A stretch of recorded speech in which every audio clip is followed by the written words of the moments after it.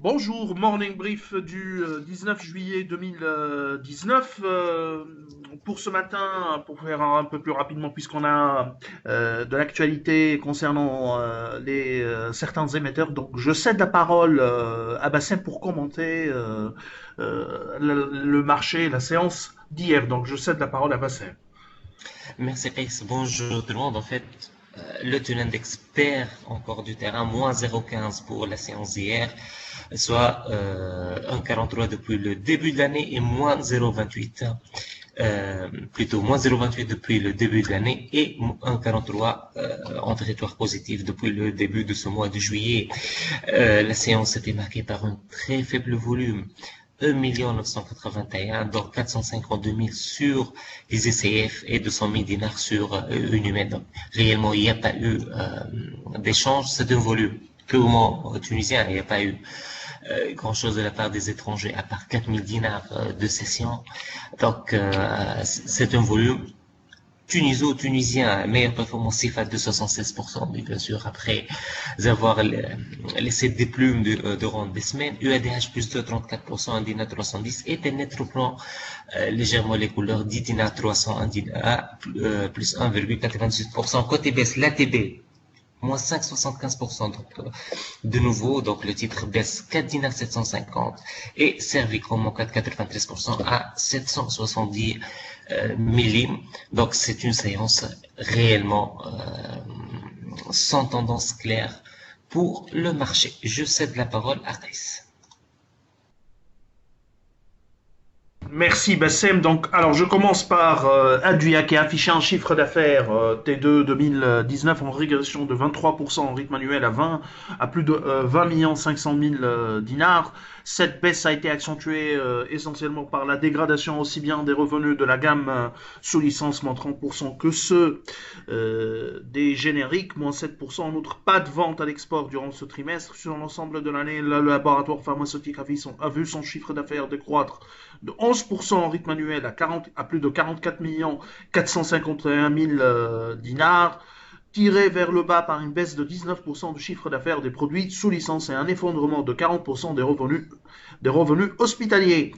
Néanmoins, les génériques ont progressé de 7% pour atteindre un peu plus de 17 270 000 dinars de revenus. Par ailleurs, l'investissement a légèrement augmenté de 2% à 2 millions, à un peu plus de 2 millions de dinars, et l'endettement a flambé de 87% à 17 294 000 par rapport au 36 2018 en rythme annuel. Ces réalisations sont en dessous de nos attentes et l'objectif de 125 millions de dinars de chiffre d'affaires sur l'année devient difficile à atteindre. Alors, les banques BNA, comme prévu, la croissance du PNB de BNA marque un ralentissement sur ce T2 2019 suite au renchérissement des ressources. Le PNB se situe à 304 millions de dinars suite à une croissance de 8,5% sur le T2 et de 31,2% sur le T1 2019. Donc, l'essentiel de la croissance a été réalisé pour ce trimestre du moins, a été réalisé durant le T1. BNA a vu ses dépôts augmenter de 3,3% comparé à la fin de l'année 2018 à un peu plus de 8 milliards de dinars, compensant le surplace de ce début d'année. Toutefois, le ratio crédit sur dépôt demeure élevé à 123% en apparence, hein, c'est-à-dire les éléments qu'on a pour calculer un simple ratio crédit sur dépôt et non pas le ratio réglementaire mis en place par l'État, par la BCT. Donc 123%, compte tenu bien sûr d'une hausse de 6,8% des crédits sur ce T2 à 9 millions à 9 milliards 885 millions de dinars. Les réalisations de la banque sont en ligne avec nos attentes, notamment en termes de croissance du top line. Alors, Tijari Bank, la croissance du PNB T2 2019 de Tijari Bank est désormais à un seul chiffre, soit 9,4% contre 10,6% au T1 2019. D'une manière générale, pour les banques, la croissance du PNB a ralenti, du moins, c'est ce qu'on a comme chiffre par rapport aux banques qui ont publié, ramenant ainsi les revenus de la banque à 235 millions de dinars. Les charges opératoires de Tijari Bank demeure sur une tendance haussière pour s'établir à 107 millions de dinars. Tijari Bank a réussi à augmenter ses crédits de 5,8% comparé à la fin de l'année 2018 pour atteindre 5 milliards 757 millions de dinars. On est pour les dépôts, progression de 3,5% comparé à la même période pour totaliser 6 milliards 9.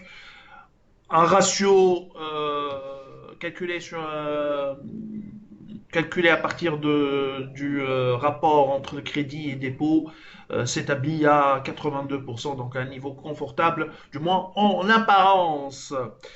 Bien sûr, par rapport au ratio réglementaire qui est mis en place par la BCT, qui est à un niveau supérieur aux 82%. C'est tout ce qu'on a pour ce matin. Nous vous remercions pour votre attention et on vous donne rendez-vous pour demain matin. Au revoir, à demain.